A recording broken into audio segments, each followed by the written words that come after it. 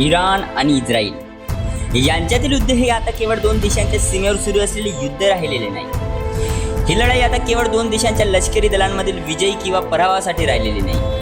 हे युद्ध आता मानवी इतिहासातील दोन सर्वात जुन्या संस्कृतीमधील सर्वात मोठा संघर्ष आहे, ज्याने आज जगाचे दोन तुकडे केले आहेत। भारतासह संपूर्ण जगातील लोक आज दोन भागात विभागले गेले आहेत, एक इस्रायलच्या बाजूला आहे तर दुसरा इराणच्या बाजूला। आणि म्हणूनच आम्ही असे म्हणत आहोत की आज हे युद्ध धार्मिक शक्ती आण्विक महत्त्वाकांक्षांच्या आगीत जळत आहे। ही दोन संस्कृतीमधील लढाई आहे। हे युद्ध इस्लाम आणि ख्रिश्चन यांच्यातील आहे। हा सत्तेचा संघर्ष आहे, ही जगण्याची लढाई आहे। या युद्धात चांगल्या आणि वाईट गोष्टींची कथा आज संपूर्ण जगाने ठरवली आहे। काही लोकांच्या नजरेत इस्रायल योग्य काम करत आहे तर कोणाच्या नजरेत इराण चांगली कामगिरी करत आहे। दोघांनाही त्यांचे स्वतःचे सत्य आणि स्वतःचे चुकीचे आढळले आहे। आणि युद्ध आता रणगाडे, बंदुका किंवा क्षेपणास्त्रांनी नव्हे तर शब्दकल्पना, प्रचार, आण्विक महत्त्वाकांक्षांच्या आणि माहितीने युद्ध लढले जाते। कोण बरोबर आहे याने काही फरक पडत नाही, कोण वाचेल हे महत्त्वाचे आहे। इस्रायल टिकेल की इराण टिकेल, ही आग फक्त वाळवंटातच जळत राहील का किंवा हळूहळू येणाऱ्या संकेतामध्ये जगही जळत राहील, त्याचा भारतावर काय परिणाम होईल? हे युद्ध सीमा संरक्षणांच्या पलीकडे गेले आहे। जगात असे अनेक लोक आहेत जे याला चांगले आणि वाईट याचा संघर्ष म्हणत आहे। काही जण संरक्षण आणि आक्रमकता यात फरक करून त्यांचे वर्णन युद्ध म्हणून करत आहे। प्रश्न असा आहे की जर हे दोन्ही देश एकमेकांशी लढले तर कोण जिंकेल? इस्रायल आणि इराण यांच्यातील युद्धांचा भारतीय म्हणून आपल्यावर किती परिणाम होईल, त्याबद्दल आम्ही तुम्हाला सर्व काही सांगणार आहोत। तर अशाच व्हिडिओसाठी पाहत रहा विदर्भ टाइम्स। युद्ध 13 जून 2025 या दिवशी इस्रायलने इराणला जागे केले। हा हल्ला धक्कादायक होता, कारण या जगात कोणालाही याची अपेक्षा नव्हती। इस्रायली हल्ल्यानंतर अत्यंत अचूक आणि प्राणघातक होता, ज्यात 9 अणुशास्त्रज्ञ आणि 138 इराणी ठार झाले। RIGC कमांडर हुसेन सलामी हे देखील या बैठकीला उपस्थित होते। इराणला आण्विक कार्यक्रमात धोकादायक पातळीवर पोहोचयला असल्याचा दावा इस्रायलने केला। जर हे थांबले नाही तर भविष्यात जगाचा नाश करेल। अशा परिस्थितीत इस्रायलला दावा आहे की आम्ही जगाला वाचवेल। हा हल्ला त्यांच्या सार्वभौमतेला थेट धक्का होता। त्यावर युद्धाची खुली घोषणा झाली आणि जगाला ज्या परिणामाची अपेक्षा होती इराणने त्याला प्रत्युत्तर दिले। इराणने इस्रायलला डझनभर शहरांवर 150हून अधिक क्षेपणास्त्रांचा मारा केला।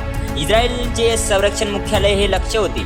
तेल अविवमध्ये विमानतळ होते, त्यांकडे अणुऊर्जा केंद्र होती। परिणामी इस्रायलमध्ये सायरन वाजू लागले, लोकांनी बंकरमध्ये धाव घेतली, रस्त्यांवर कचऱ्यांचे ढीग साचले।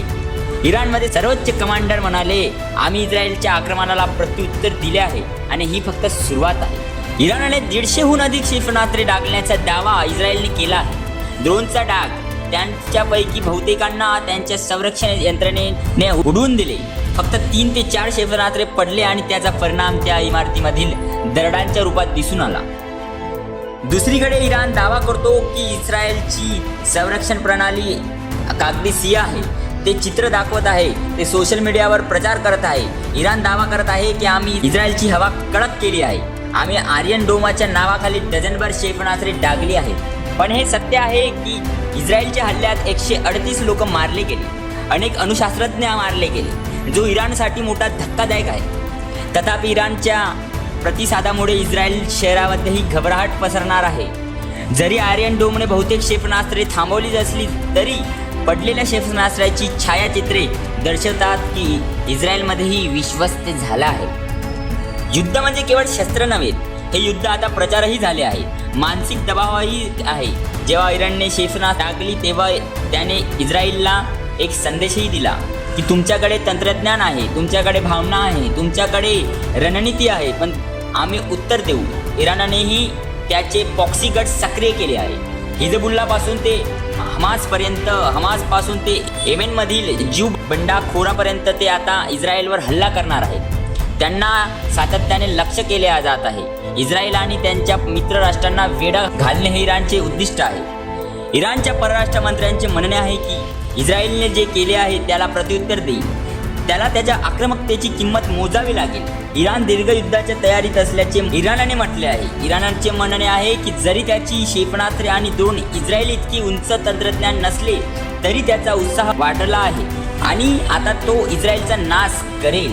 आता प्रश्न असा आहे की दोन्ही देश असा दावा करत आहे की आपण एकमेकांना हानी पोहोचवत आहोत. म्हणून आम्ही विचार केला आहे की इस्रायल आणि इराण यांच्यात कोण युद्धात आहे हे आम्ही तुम्हाला समजावून सांगू. ते किती शक्तिशाली आहे, कोणाचा दर्जा आहे, त्यांच्याकडे शस्त्र आहेत का. आधी इस्रायलबद्दल बोलूया. इस्रायलकडे आधुनिक हवाई दल आहे, त्यांच्याकडे लोखंडी घुमट आहे, क्षेपणास्त्र संरक्षण आणि सायबर हेरगिरीच्या प्रचंड तंत्रज्ञान आहे. त्यांच्याकडे मुसाद सारखी संस्था आहे जी इराणी शास्त्रज्ञांना वारंवार लक्ष केंद्रित करीत आली आहे. इस्रायलकडे अण्वस्त्रे आहेत, तथापि त्यांनी हे कधीही सार्वजनिकरित्या कबूल केले नाही. हिजबुल्ला आणि हमास सारखे प्रॉक्सी इस्रायलला त्रास देण्यासाठी आहे.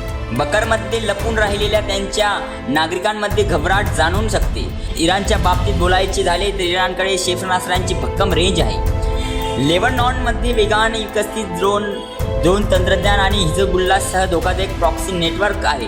हमास गाझा आणि येमेनमध्ये आहे, ते इराणच्या सूचनेनुसार काम करत आहे. पण इराणची काही तोटे आहेत. इराणचे सैन्य कमकुवत आहे. हवाई दल आणि हवाई संरक्षणात इराण इस्रायलपेक्षा मागे आहे, हे खरे आहे. अण्वस्त्रे अजूनही त्यांच्या सुरुवातीच्या टप्प्यात आहे, पण इस्रायलप्रमाणेच इराणही आता आपल्या अस्तित्वासाठी लढत आहे. आणि म्हणूनच ते वारंवार म्हणत आहे की इस्रायलच्या तांत्रिक आणि लष्करी श्रेष्ठत्व त्यांच्या अधिक चांगले बनते. परंतु इराण असेही म्हणत आहे की आमची क्षेपणास्त्रे क्षमता, प्रॉक्सी नेटवर्क आणि दीर्घयुद्धांची रणनीती आपल्याला मजबूत करते. इस्रायलला तंत्रज्ञान आघाडी आहे, पण इराणकडे वेळ, इच्छाशक्ती आणि दीर्घयुद्धाची योजना असल्याचे दिसते. आता प्रश्न असा आहे की इस्रायल आणि इराणचा इतिहास काय सांगतो, ते किती काळापासून लढत आहे. आम्ही तुम्हाला सांगू इच्छितो की इस्रायल आणि इराण यांच्यातील शस्त्रत्व 1979 मधील इराणी इस्लामी क्रांतीमध्ये लपलेले आहे. अयातुल्ला खोमेनी यांनी इस्रायलला नकाशा बनवू शकणारा शत्रू म्हटले. तेव्हापासून इराणने इस्रायलला धोका निर्माण करण्याचा हिजबुल्ला आणि इतर पॅलेस्टिनी गटांना शस्त्रे देण्यास सुरुवात केली. 1982 साली लेबनॉनच्या युद्धात हिजबुल्लाने इस्रायलकडे नुकसान केले. 2003 पासून जेव्हा इराणच्या आण्विक कार्यक्रमात जगासमोर झाला तेव्हा इस्रायलने इराणच्या मागे गुप्त युद्ध सोडले. इस्रायलच्या मोसादने 2020 ते 2021 मध्ये इराणी आण्विक शास्त्रज्ञ मोहसेन यांच्यासह अनेक शास्त्रज्ञांना ठार मारले. तर इराणने हिजबुल्ला, हमास आणि हौती यांच्या माध्यमातून इस्रायलवर अनेक हल्ले केले. 2003 मधील गाझा युद्ध आणि 2024 मध्ये हिजबुल्लांचा नेता हसन यांच्या हत्येमुळे तणाव वाढत होता आणि आता गुप्तपणे केले असलेल्या लढाईचे रूपांतर खुल्या युद्धात झाले आहे, जिथे दोन्ही देशांनी एकमेकांवर सातत्याने शस्त्र टाकली आहेत. आता प्रश्न असा आहे की युद्ध केव्हा होईल, तर ते दोन विचारधारांचे युद्ध आहे. एका बाजूला इस्लामी देश असल्याचे मानले जाते, तर एकीकडे ख्रिस्ती धर्मांना पाठिंबा देणारे देश आहे. जर तुम्ही अजूनही YouTube चॅनलला सबस्क्राईब केलं नसेल तर ते लगेच सबस्क्राईब करा.